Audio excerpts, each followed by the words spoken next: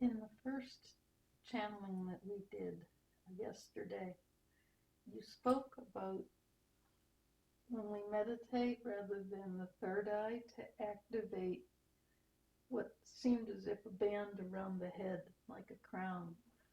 And I wondered if you would have ways to share with us how to go about activating those centers. When you are cooking something on the stove in a nice pot and it smells wonderful and delicious, those of you who have mastered meditation know when you've had a good one. Some of you feel like that you're not meditating well enough because even with guided meditation, you are unable to see or visualize what perhaps someone who is moderating is sharing on some level. Visualize your head and visualize that you must remove the lid. Visualize lifting that off. Lift it off. Pull it back. Allow it to be seen. Even this gesture before meditation, as simple as that can be, will help to open you up. Lift the lid so that you can smell the aroma, or you can taste things even more. There are energies and entities that do try to keep the lid on. And if you see, once you are able to just lift it like a lid, just that alone will open you up even more. Many are able to visualize the lifting of the lid. But you are physical beings who do appreciate the ability to feel not just your flesh, but your energy field. Visualize lifting that part that has been covered, and you will find layers, but the more that you do this, the more this part is activated. So perhaps I would suggest to you, sometimes even in your showers, or under a waterfall, or perhaps under the clear blue sky, lift it and allow that to be activated. Simply lift.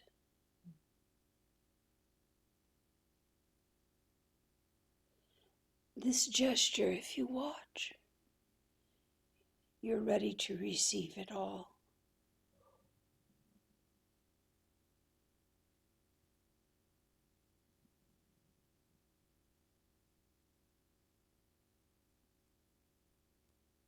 And you will feel it. If there are areas that feel like they are dense, you will know that the lifting is done correctly because you will experience more light. Not just here, but you will experience it here. It gets brighter, like a sunny day, brighter. If there are areas that are congested and seem like they are not as bright, gently tapping those areas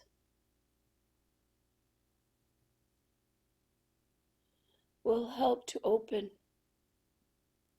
Some of you are aware of how tapping assists your body. Are you aware that this is actually when you were in utero? You could hear your mother. So the tapping assists in opening it up. Massages and self-massage would also do that. Allow yourself to lift upwards, lift. And even if you are without hair, your hair is It's always antenna. This is antenna. So allow yourself to massage and focus on lifting that. There will be more discourses that will be shared with you, meditations. We must take you baby steps, just as you learned to walk over a period of time. So too will you open and access this part. This part, you are able to use other things to be creative. I truly enjoy watching children take simple objects and expand their imagination. I feel like that this is the part that holds such great possibilities for you and for your ascension. But lifting the lid in this area may take several generations before it is recognized as being done. It's not necessary for any of you to have any of your abilities hidden. Discover what is hidden here. You have access to great wisdom and information and knowledge. Your ancestors can help you also to connect with those parts that have been denied you from the time you are born. Usually, your loved ones, your parents, will have all types of dreams for themselves and for you. This is good, but it may not be who you were meant to be. You must find your own path. Survival is taught to you from the very beginning. It is how your species has been able to continue to thrive and create. It is important that you recognize the value of your individuality and your mind. The more you access and open this part of your brain, the more you will be drawn to like-minded individuals who will congregate or come forward, who are meant to be a part of the best parts of your imagination. There are areas in your brain that do store trauma. Those are the areas that will at times seem on your modern equipment to be areas that are inflamed or damaged. But there are still traumas that belonged to your ancestors, stored here, that do need to be cleared. Here is an example of opening this part of your brain.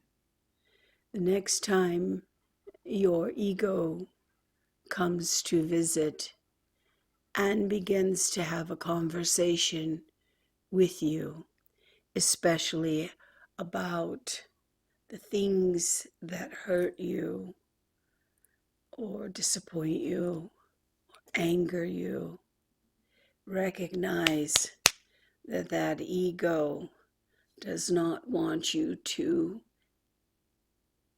access the part that can literally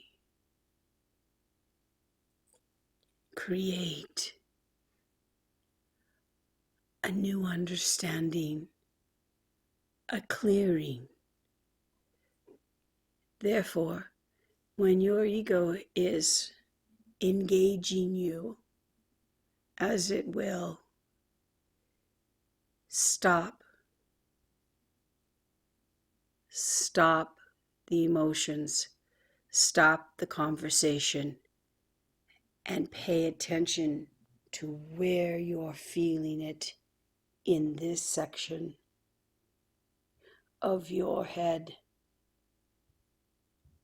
Then,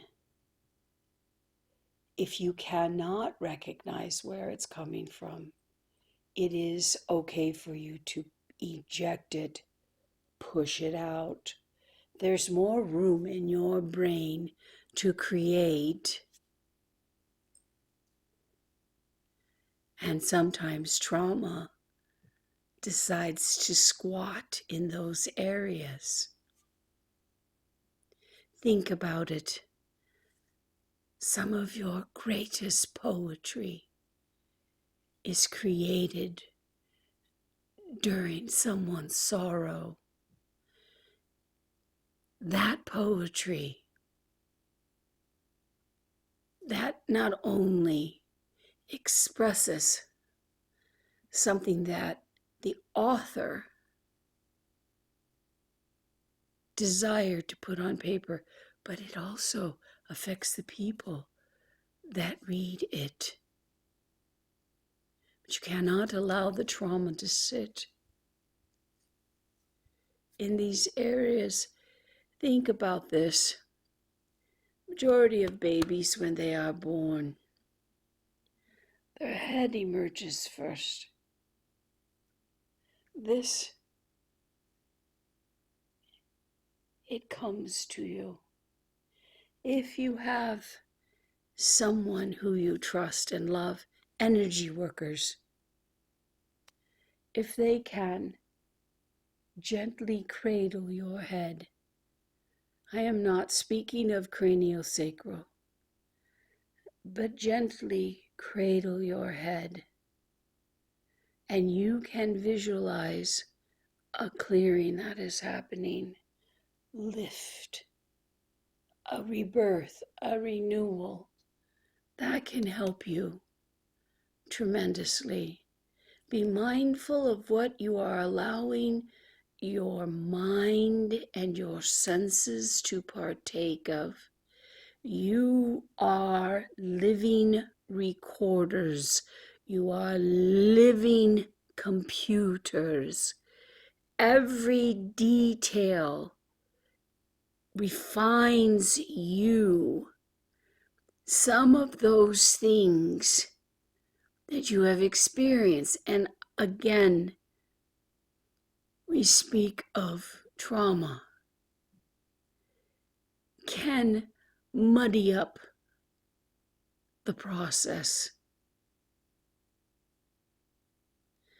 Those who experience PTSD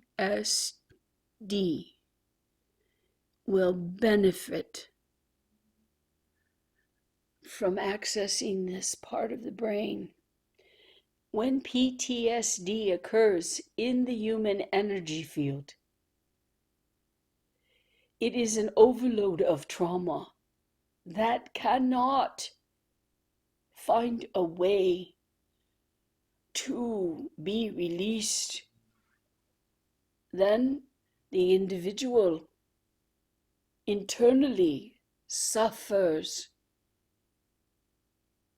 You have been conditioned not to access these parts of the brain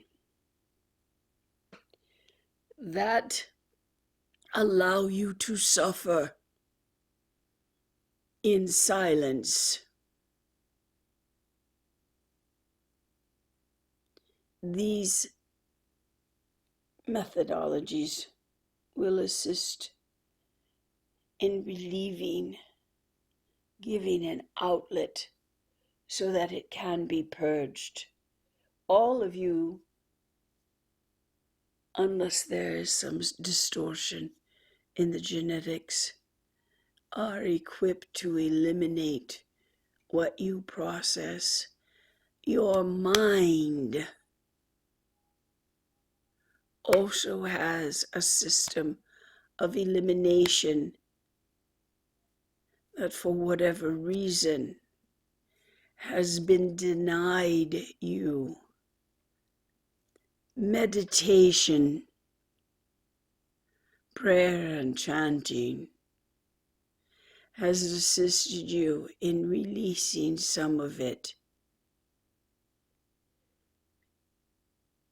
If you were to look at your ancestors and you could sit with them and they were unedited and told you of all their trauma and all they experienced, they could probably quite well tell you all the details because it has been stored here. Here, where your imagination is to flourish, this is your garden that needs to be tended to. This is the area that holds on to the things of the past, including the past of your ancestors. You don't have to suffer anymore. But sometimes the suffering is more real to you than the reality of life.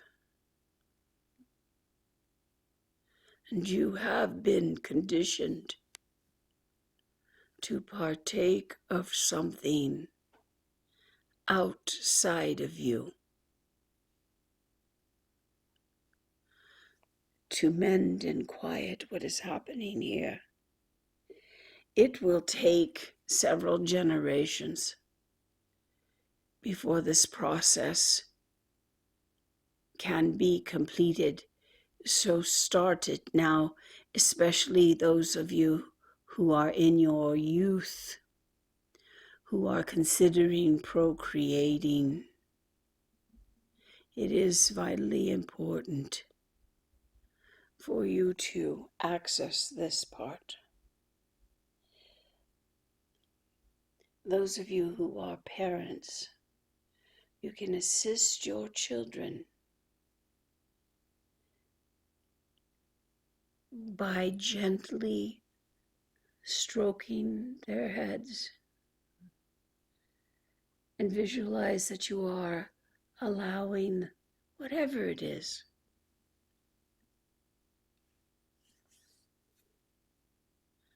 to be comforted.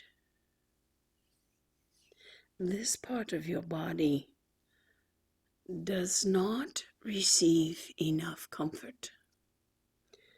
Many enjoy grabbing an ass or two. This needs to be paid attention to.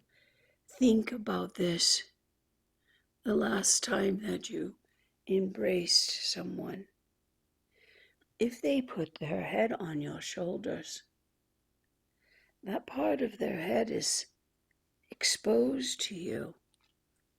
It is good for you, just as you would any fluffy creature, to gently stroke. That helps tremendously. If someone were to establish therapy, all that was done during the session was to hold the individual and stroke that part of their head, it would lift and open up this part and help them to see so many talents and opportunities they have to be joyful and to grow. Watch how others interact. How many times have you really truly seen someone embrace this part? Do you know when I see it? I see it when someone who is loved and is aged and laying in bed and unable to feed themselves. I see it when a loved one lifts their head and spoon feeds them. That soul doesn't want to be spoon fed, truly wants to feed itself. But the act of cradling the head helps that to be opened. So when the soul decides to incarnate, it will know that compassion, it will know that kindness, and it will be able to transfer that to future generations. You cannot discard your elderly.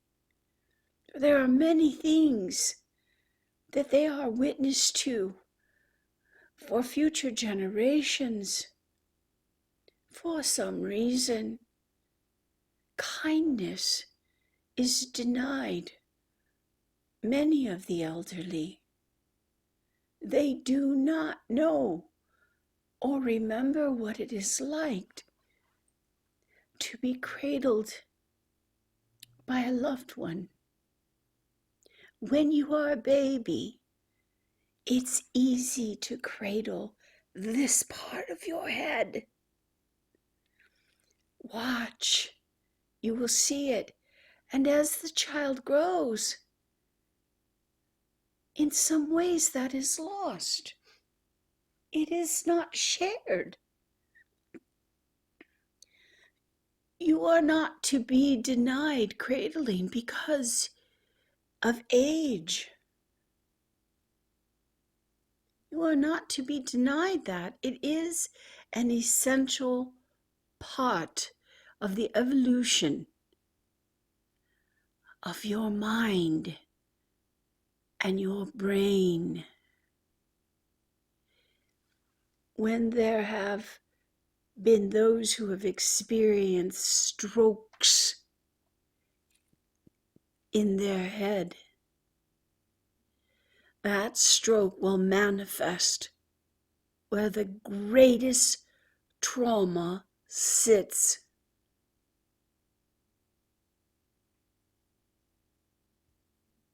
It is as if that area has to release it.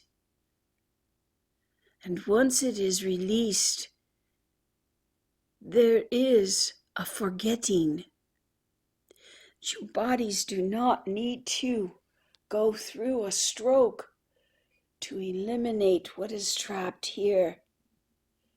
When you find yourself severely depressed, despondent, I hope that someone is able to cradle you in their arms. Not just your back, not just your shoulders, not just your beautiful cheeks, but your head. Learn to hold each other's heads. When you do that, you feel wonderful. And when you do that, there is a surrender. And that's when, like little tiny butterflies of light, the trauma is slowly released. But some of you have been through so much trauma that you would need lifetimes of holding to release it. That is why you keep incarnating, and that is why I cherish when there are those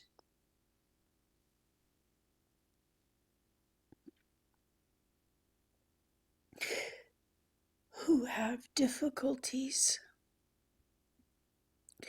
with fertility, when they are blessed with a child. I have no doubt that child's imagination, that child's greatest strength, their talents, their abilities, their godliness is being cradled.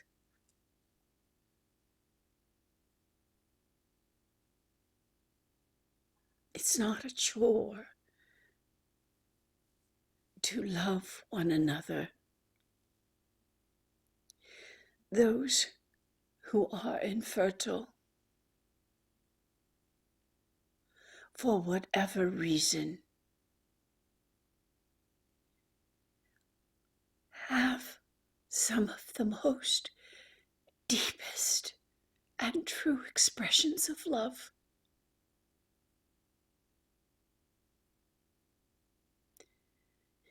Sometimes when you do without and you see others who have, of course your heart yearns.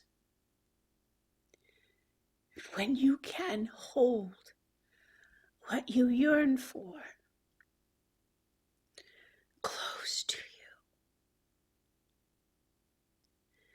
I treasure those moments. I already know what you desire. Please do not think it is being denied you because you are being punished, or something is wrong with you, or someone else is better than you. No.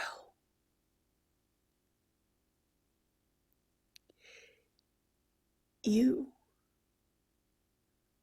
have so much gratitude for the things that truly matter.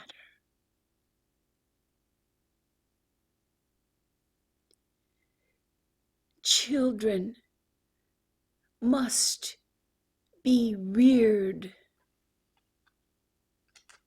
not mindlessly. What is your next question?